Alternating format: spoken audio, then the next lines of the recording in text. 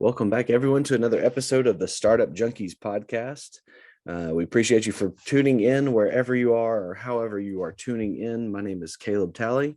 I'm co-hosted by my fellow Startup Junkies, Jeff and Davis. How's it going, gentlemen? Really good. Happy New Year. Happy New Year to all. Doing well, Caleb. Excited for this episode today. Likewise, we're excited to introduce you to today's special guest, Mr. Steuart Walton. He is the co-founder of Runway Group, a holding company that invests in real estate, hospitality, and other businesses in Northwest Arkansas. He's the founder and chairman of Game Composites, a company that designs and builds small composite aircrafts. He serves on a number of boards, including Walmart, Crystal Bridges, Smithsonian National Air and Space Museum, does a number of things. Very busy man. So we're very grateful to have you on the podcast today, Steuart. Hey, thanks for having me. It's great to be here. Good to see you guys.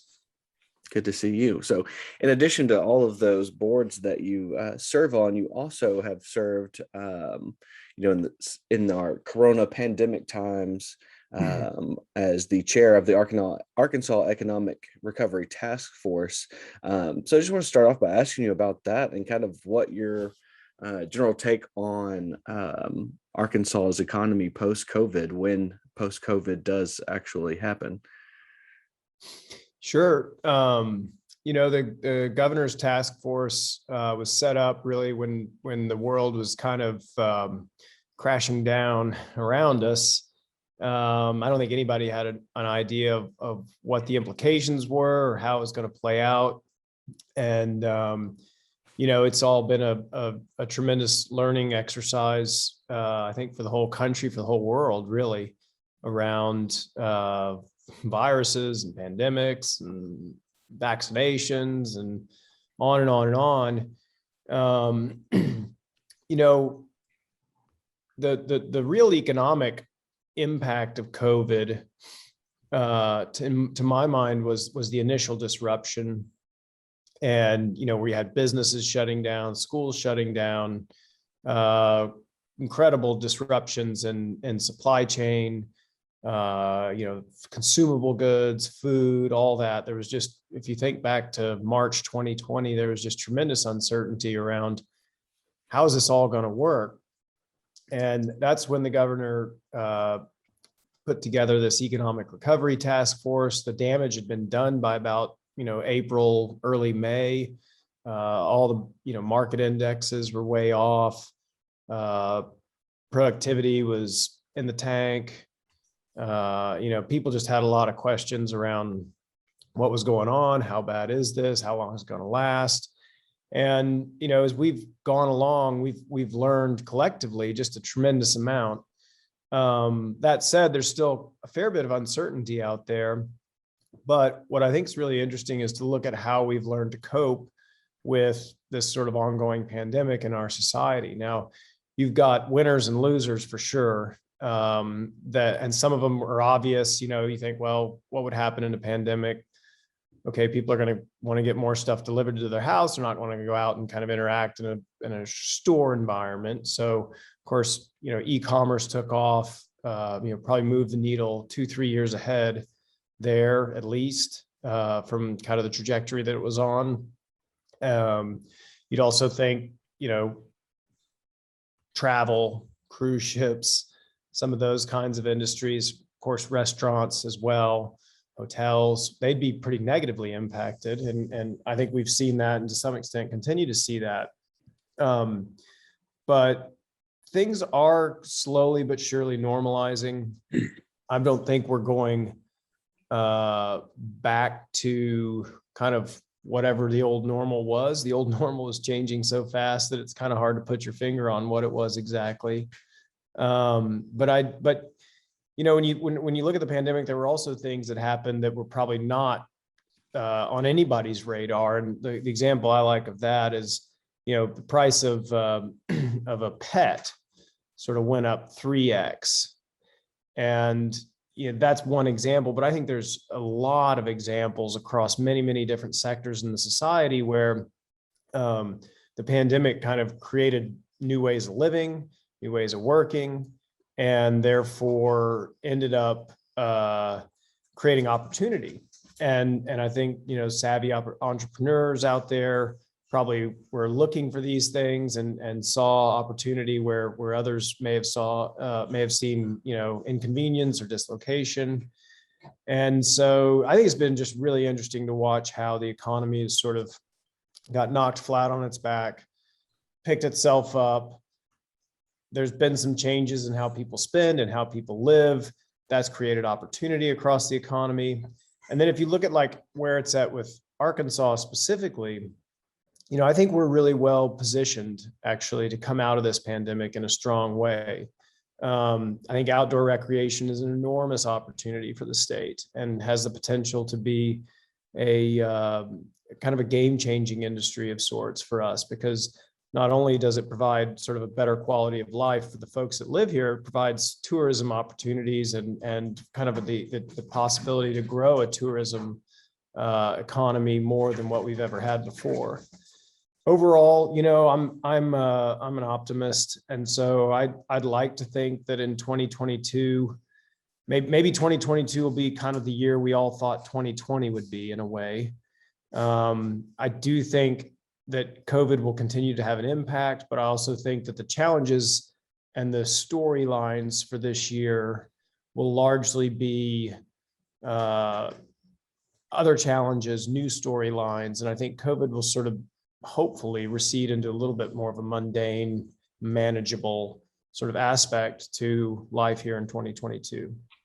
You mentioned, just a follow up, you mentioned the outdoor recreation and as part of your comments on the economy in general, and you all have been at the forefront of really driving that through supporting the creation of new soft surface trails and the Greenway and all of that, but even more being catalytic in trying to foster new technology driven businesses within outdoor recreation. Can you talk a little bit about how can Northwest Arkansas, and maybe Arkansas in general, become a center of excellence within outdoor recreation, and not just the act of doing it, but the technology and the ventures that surround it? I think Arkansas, look, I'm from Arkansas. I grew up there. I think that the natural beauty of the state is one of the most valuable and probably underutilized or underdeveloped resources that the state has. And, a lot of people associate us with mountain biking or bike trails, that sort of thing. But to me, it's quite a bit bigger than that, actually. And when you think about Arkansas and the opportunity that we have, it's really about providing access to the outdoors. And the state of Arkansas, I think, is one of the most underappreciated states in terms of natural beauty in the country, maybe the most. We might be number one there because it's spectacular. I mean, you get out in the Ozarks, the Ouachitas, like it's just really touches the soul in a way with the trees and the forests and the creeks and all that, the bluffs. But what I don't think we've been so good at maybe is providing access to to all the outdoor potential that Arkansas has. And so some of that, I think, is around the narrative that the state has. And, I think you can sort of bandy around phrases like become the Colorado or the heartland, or, kind of embrace some of these more sort of outdoor lifestyle companies or locales where people want to move to because of a particular lifestyle, not necessarily because of a specific job or opportunity that brings them there. And I think Arkansas has a very real opportunity to become a state like that. I think that, we've got to find a way to provide good access. The other piece around getting people out into nature, in addition to having a good story about why they should do it, or kind of a way for them to figure that out, is you've got to do it in a way that's sort of you got to get infrastructure out there that makes it not sort of too hard. If you have to have all this gear and special, books and little secret trails and all this stuff that takes a lot of work, you're just inevitably going to have fewer and fewer people that put in that work to go out and experience it. But whether it's cycling or whether it's rock climbing or whether it's canoeing or camping, hiking, whatever, you've got to have on-ramps to these various activities. And that comes usually in the form of infrastructure. We need to make sure we're doing that in a sort of, environmentally sensitive way, that we're not, kind of damaging this resource that we have so much potential with to develop. But, I think that the Ozarks, given their geographic proximity in the country, they're the most isolated. Well, the Ozarks and the Ouachitas are the most isolated mountain range in the United States. East, south, north, west, any direction you go is pretty much flat for a long way. And so developing and investing in infrastructure, giving a narrative around some of the great activities and things you can do with these sort of mountains, hills, whatever you want to call them, and making it accessible to people, providing on-ramps, in cycling, the example is providing a lot of, green trails, like trails that you can ride as a beginner and, unless you're really bad, not get hurt. And so we kind of think about it in terms of providing access to the outdoors. I think technology can play a huge role in that, largely on the narrative side, on the information side. But people also kind of fail to remember that technology is more than just apps on your phone, right? Like if you look at mountain bikes, the mountain bikes from 10 years ago relative to today are, prehistoric almost on a sort of biological timeline. They were good, but the ones today are, multiple factors better in terms of reliability, in terms of the ride, in terms of the suspension.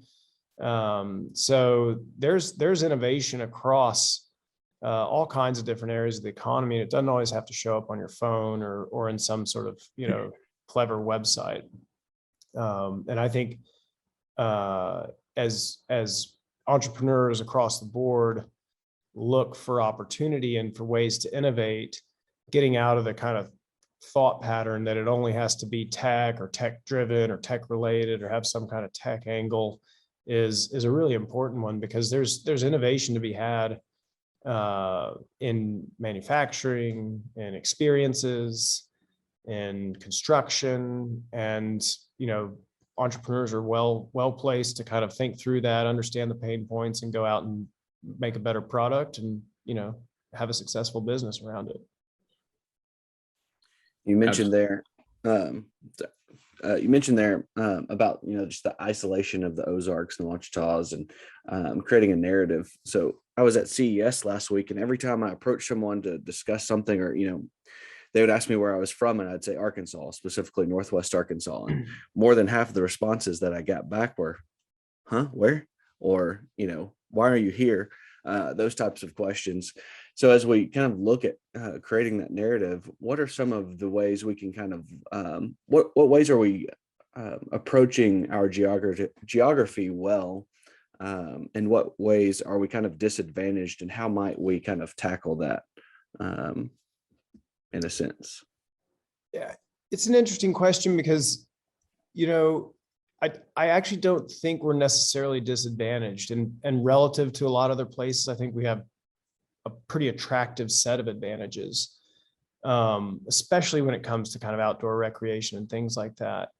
But I read a book recently called Pappyland. I don't know if you guys are familiar with that, but it's sort of it's a story of Pappy Van Winkle, this really high end bourbon, but it's the story's fantastic, and there's a reason it's expensive, and there's like the guy, the sort of protagonist of the story is a guy called Julian Van Winkle, and it's his family business, and his grandfather started it, and they lost it, and they bought it back, and it's a fabulous book, and really interesting. But it kind of got me thinking, right? Like Kentucky's known for bourbon, and Tennessee, or Nashville in particular, is known for country music, and Louisiana's kind of got the Cajun thing going, and it's got music and food, and New Orleans, and all that. Like the states around us have these sort of cultural aspects to them that are far more well known than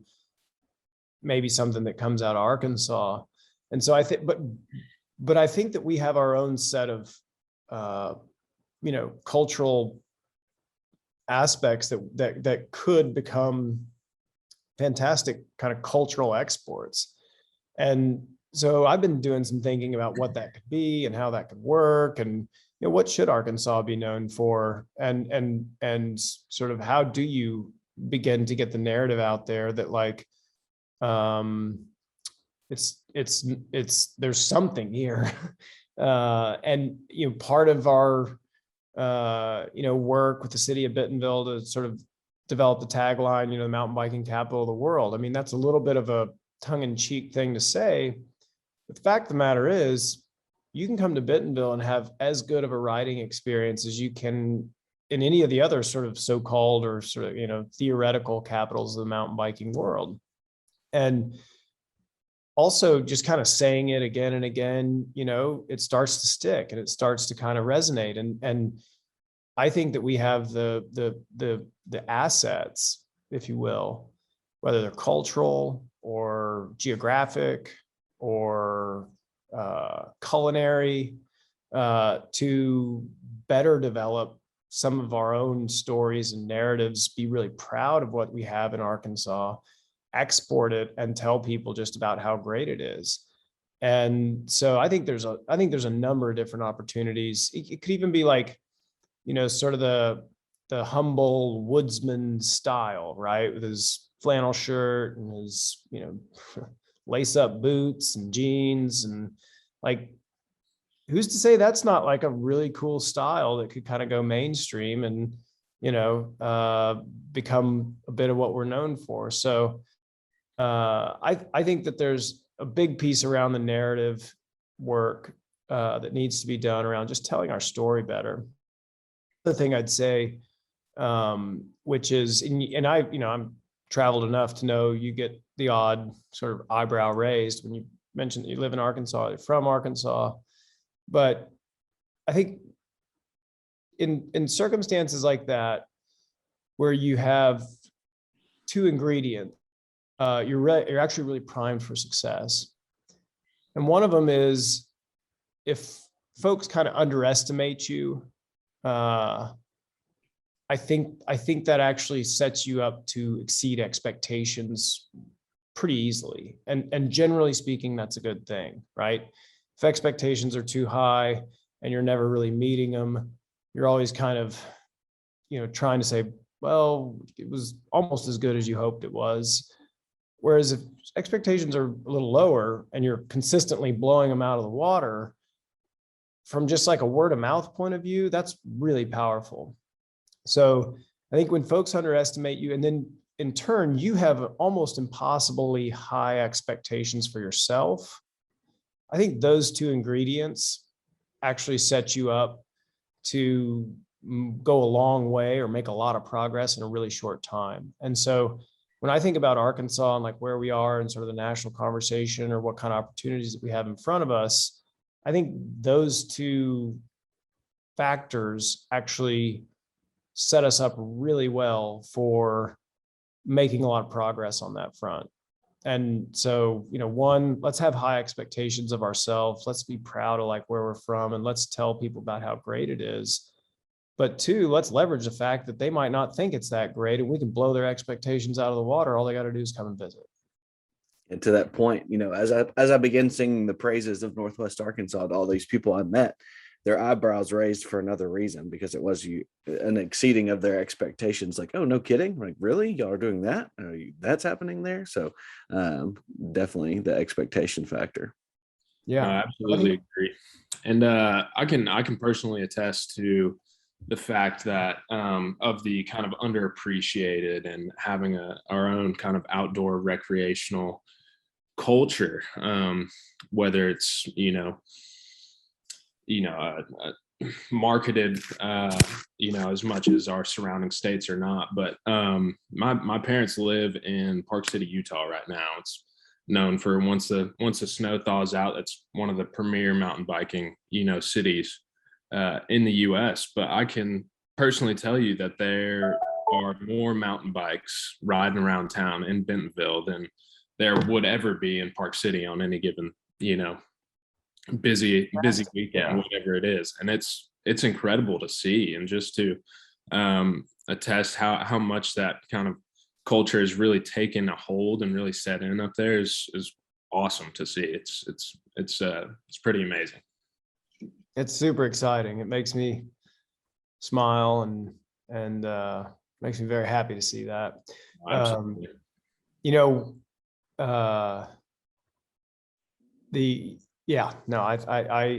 I just get so excited about where Bentonville's at, and also about where we're going, because it's not like we set a goal sitting here today, feel like we've achieved it and are going to kick back and relax. Like that to me is actually one of the greatest threats to our region, is a sense of complacency. And I almost every time I talk to anybody, I really try to call that out, because if we start patting ourselves on the back and say we've made it, we've arrived, we're the best place to live, whatever, immediately, and almost, by definition, your ambition to get better recedes a little bit.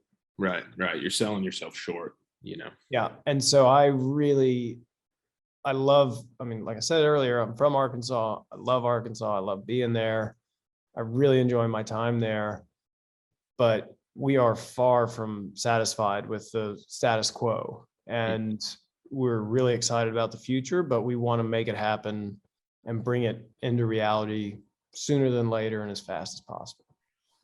And Steuart, another area where you're very active, you're active pilot, you fly a lot of different aircraft, also involved with the experimental aviation company you have that it focuses on interesting composites and a lot of really neat things in that space. A lot of people don't realize that Arkansas is a big exporter of aviation and aerospace. In fact, I think by dollar amount, it's one of the largest things. As you project forward, the kinds of things that you all are getting involved with and the potential you see, where's that going in terms of air mobility and autonomous aircraft and drones and all that? Because I know you all are thinking about a whole variety of different things in that space. What's your outlook, and how can Bentonville, Northwest Arkansas, and Arkansas in general establish some leadership in that space as well?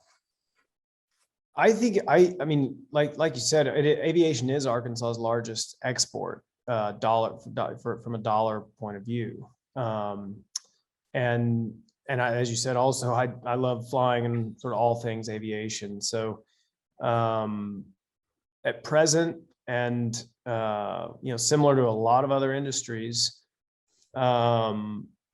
there's a confluence, I think, that's happening in aviation around certain needs and demands that are coming up, and they have been accelerated to some degree from the pandemic. Innovation, technology, and investment capital that is creating kind of this really interesting moment in aviation or aerial mobility or whatever you want to call it. But I think of it as like, moving people and goods by air, or accomplishing tasks, by air. And that is an enormous market. There is kind of almost no end and no way to actually size the potential of that. And, in my mind, our capabilities for doing things by air, whether it's transporting people or goods or performing services by air, is increasing. The cost of doing things by air is actually decreasing. And the innovation and technology to sort of accomplish these things is kind of going off the charts. So you have those three things that are working in favor to create, I think, a really big opportunity in this whole area. And, aviation is kind of a funny business in some ways. It's highly regulated. It's sort of dominated by some really big players. It's been a little bit sort of slow and lethargic and kind of lumbering in some ways. And that's really starting to kind of change as you see more investment dollars coming in. So, I think Arkansas has a opportunity to build on its status as a place for aviation. I think that we can actually lead in that area. And I think that if you look at some of the big companies, certainly in Northwest Arkansas, and look at the potential for their businesses to benefit from this urban mobility or this advanced aerial mobility world, it's enormous. You've got Walmart flying drones and out of Pea Ridge and Farmington, two different companies that we're partnering with there. I think JB Hunt, transportation and logistics, that business is moving goods really, and that's going to be an enormous element to kind of how some of this aerial mobility work changes supply chains. And Tyson, there's all kinds of really interesting warehouse applications of drones that fly around warehouses, taking inventory and stuff like that, and examining processes and checking on machines and equipment. So the big three businesses in our region all could be impacted by the technology and innovations and really benefit from all these kind of different investments that are coming through, and some of these businesses that are real and viable, and the technology is viable and kind of almost incredible, really. So I think the opportunity is tremendous. One thing I'd love to see is for Northwest Arkansas to become the Wichita of the 21st century. And so if you think of like Wichita as sort of this place where I think over half the world's airplanes were built in Wichita, if you sort of look at the world's aircraft in general in total, which is kind of incredible, right? And a lot of it sort of picked up in the teens, 20s, and 30s of the last century. And there's some really interesting parallels that you can draw around the aviation kind of getting its legs, venture capital in the very early days going into aviation, that kind of focusing in Wichita. They held a World Air Conference there in the 20s every year, or maybe every other year, that kind of led a lot of people to come together, work together, developed aviation as sort of this like useful industry. Then they started moving, goods first in like the 20s, the mail, stuff like that started to go by air. And then people kind of came along in the 30s. And so you can kind of draw all these really interesting parallels to what happened in the last century, and even somewhat related to, the decades of this century. And I think that there's some ground to capture for our state and for our region in this world. It's early days and there's a lot of people, looking at it, but we have some unique assets. We are well positioned to take some of that ground. And I'm just really excited about the potential that technology and that industry could bring to consumers, customers, but also, companies in terms of doing things more efficiently and, improving their operations. One quick follow-up to that. As a pilot who's super comfortable with all different kinds of aircraft and having your hands on the instruments and whatnot, when it gets to fully autonomous, how are you going to feel about that? What's the psychology around that? Oh, I don't know. I'm honestly, computers fly airplanes better than humans do already. And it's more of a mental gap, in terms of like removing the pilot than it is any sort of technological one. And I think there will be a day, and probably in the not too terribly distant future, probably not in the next 5 years, but where you do start to see pilots come out of airplanes. And that's a long-term trend, by the way. Like, to fly a B-29 bomber, you need a crew of 4 people. Yeah. Well, there's not an airplane at least that I know of, that's made today, even the Boeing 787, which is like one of the most sophisticated airplanes out there and, most capable, crew of two, right? Yeah.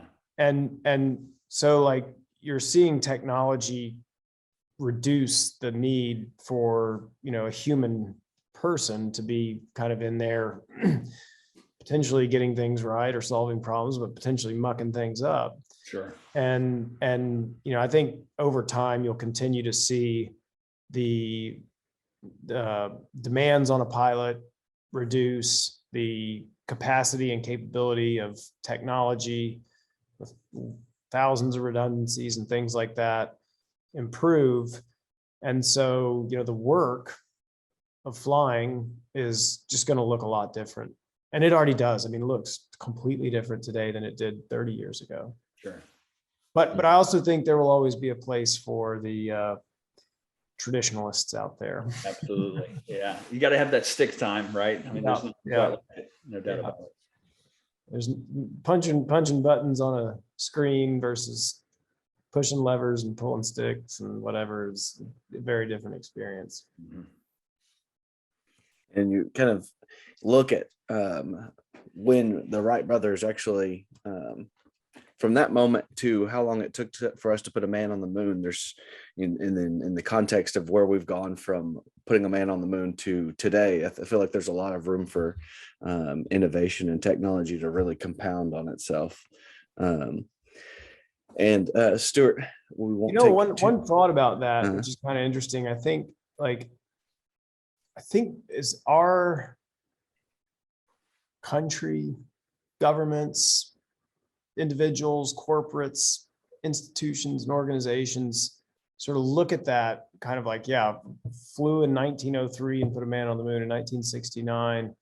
And we haven't really been back to the moon in like, I think almost 50 years. Sort of maybe we don't need to go back, but I don't know. I don't think everybody thinks that. But, I think it's about long-term thinking. And I think that if you sort of start like reducing your horizon, your kind of maximum horizon down to 3 years or 5 years or some time frame under which you have like even a half chance of forecasting something right, then you lose the opportunity to kind of say, well, what's going to be like in 20 years or 50 years? And what are some things that we're going to need to do along the way that are going to get us there? And then what are some things that we're going to do in the next week, month, year, 3 years that are going to put us on that path? But I think sometimes we often don't spend enough time thinking about how's this all going to look in 50 years and knowing that we're going to get 99% of it wrong, but just having like a kind of moonshot idea of what you might be able to do or where you might be able to go or what you might be able to accomplish in a really long horizon and work back from that. And then kind of contextualize your work today with that perspective is a really valuable exercise. And you don't have to spend a lot of time doing it. You can do it in 5 minutes, but I do think it's important to kind of look out, to kind of vision, to kind of really say, if I was going to dream big, what would it look like? And give yourself some time to get there. But that can be a really helpful perspective, I think, to work back from and say, well, okay, we're not going to be there tomorrow, but what can we do tomorrow to kind of move us down that path? What's that long-term horizon for Arkansas look like in your eyes? Is it aviation powerhouse? Is it outdoor recreation? To an extent, culture? Just touch on that briefly, if you could. Well, the way I kind of think about it is we want to be like one of, if not the best place to live in the country. Mm-hmm. And so for that to be the case, one, you got to believe that's possible, which I do. But two, you've got to kind of think about what's keeping you from getting there today and what are you going to need in order to kind of progress down that path. And, there's it's a long list, right?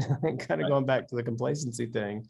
But I think, it kind of touches on everything from great leadership of your political institutions to community mindset and working together to providing kind of balanced and healthy lifestyles and opportunities for growth, opportunities to raise your family in a safe and happy and, activity filled way,